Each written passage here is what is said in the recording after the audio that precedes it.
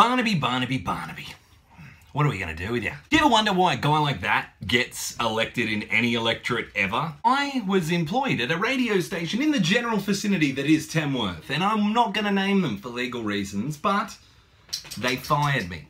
Yep, legally fired me. And they can. They have every legal right to fire me. This isn't about that. I'm not fighting over the termination, as they call it. Just highlighting the reason why I got terminated and telling the world, or at least anyone that gives a shit. Firstly, I got murmurs around the office that I shouldn't talk about right-wing politics, and I wasn't, really. I'm not really a political guy. Normally, not in my stand-up, not in any sort of fashion, but when a guy goes through as many scandals as Barnaby Joyce, well, you want to bring him down a notch. What I did this. Well, I hope you're doing better than some pollies out there. Yeah, I was mentioning before a certain beetroot flavoured politician is currently in the news at the moment. He did a very, very naughty thing, and I find it really interesting when people struggle so hard not to do something. I've got some people on the line right now. Gav, I do believe. Is that you? Yeah, I'm here, mate. Hey, Gav. So, man, some people, they really struggle to not do things. I wanted to ask, what didn't you do today? I didn't cheat on my missus. That was, double good boy today. Yeah, that's also pretty good. And was that a difficult task? No, it wasn't, mate. It was easy. No, it was easy to not cheat on his missus. Whew. That's an interesting one. I'm going to go to Sue now on the line. Now, Sue, are you there? Oh, yes. Fantastic. Now, Sue, I'm going to ask you, did you happen to have an affair with your work colleagues? And well, no, I didn't have an affair with my work colleagues. And that was pretty easy, to not have an affair with your work colleagues, yeah? Yeah, it was quite easy. Oh. No problem at all. Well, there you go. Thanks, Sue, for calling in. See, apparently it's pretty easy to not have an affair. Who would have thought? Barnaby wouldn't have thought. Dua Lipa now. A simple little bit pointing out that it's pretty easy not to cheat on your wife. It's pretty easy not to fuck up as much as him. Then I got informed in a meeting with several other employees not to mention Barnaby. When I questioned this, I said, but he's the elected member of this area. Are we not supposed to talk about him when he comes up in the news? She said, let's just not mention his name at all. So I didn't. I did this. Coming home, Shepherd. You're with the Shaun Michaels Show in the Arvo, and something has been going on in the news recently, and I've got something to say about it. And I think I may even need to put on some classical music just to lighten it up a little bit. That's better. Now, in the news, some things have been compared to a certain rooted vegetable, and I think that's unfair. I mean, these things are debaucherous. These things are hypocritical. These things are altogether creepy. But that doesn't mean we need to associate them with beetroots. Beetroots are beautiful vegetables. They're great in a salad. They make an Aussie burger Aussie. So although they may look like certain debaucherous, creepy, and hypocritical people out there, I say it's enough. Stop comparing the beetroot to other rooted vegetables. That's all I wanted to say. Thanks for listening, guys. Any beetroot farmers out there, beetroot eaters, or beetroot enthusiasts? We're not after you. We know who's really at fault.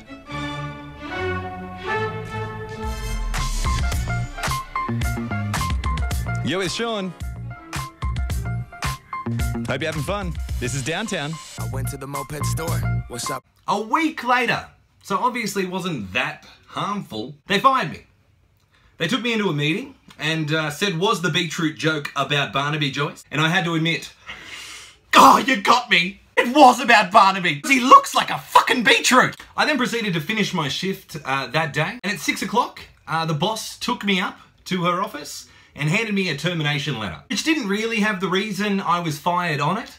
But after sending her several messages, and then approaching the payroll lady at the company well after I was terminated, I finally got a reason in writing on why I got fired. And here it is. Ignoring instructions given by manager at staff meeting to then upload to social media and inappropriate comments made around photos.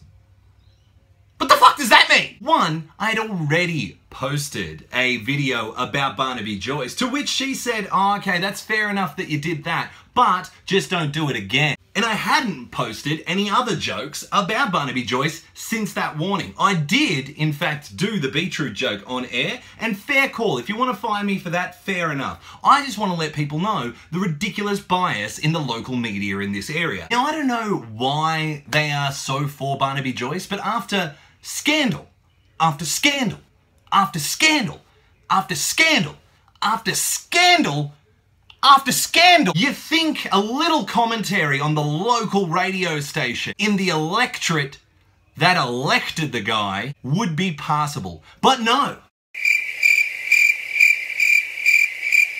In the meeting where they were trying to pry out of me if the beetroot joke was about Barnaby Joyce, they explained that all local media in this area were doing the same thing. You're probably asking me, Sean, why didn't you just ask why you couldn't speak about Barnaby? I did ask why. I asked why a bunch of times. He was trending #1 on Reddit, #1 on Twitter, #1 on Facebook. He was on the front page of the ABC News website, the Sydney Morning Herald, the Daily Telegraph. Pretty much every news outlet in the country was elaborately going through all the fucked up shit he was doing. In Tamworth, the manager told me 3 times, I don't have to give you a reason. I don't have to give you a reason. I don't have to give you a reason.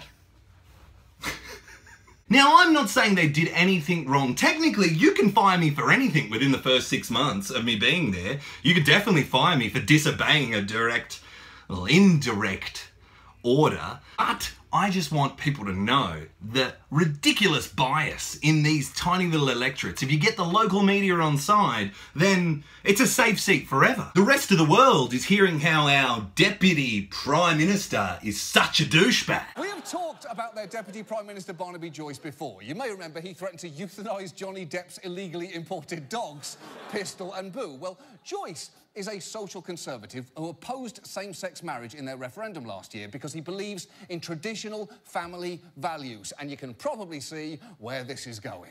Barnaby Joyce facing the public over a private matter. The Deputy Prime Minister pleading for privacy after News Corp published photographs of his former media advisor, now heavily pregnant with his child. Now, you might think that is hypocritical, but in reality, Joyce has such incredible family values that he can't restrict them to just one family. Yet in Tamworth, we're like... I tour the country doing stand-up comedy, and I do mention I'm from Tamworth a lot. I mentioned it in my set, and people come up to me several times going, did you vote for Barnaby? Tamworth, please. Don't let this guy be the member of your fucking electorate. I mean, if I wanted to do a joke about Barnaby, I'd be like, how bad do you have to be at sex to have to promote the girl afterwards? I'm sorry. I'll promote you. I'll give you a pay rise. How about that? Well, it's not going to make me come, but... okay. They said, don't make jokes about Barnaby Joyce. But I did. Because I'm a cheeky boy.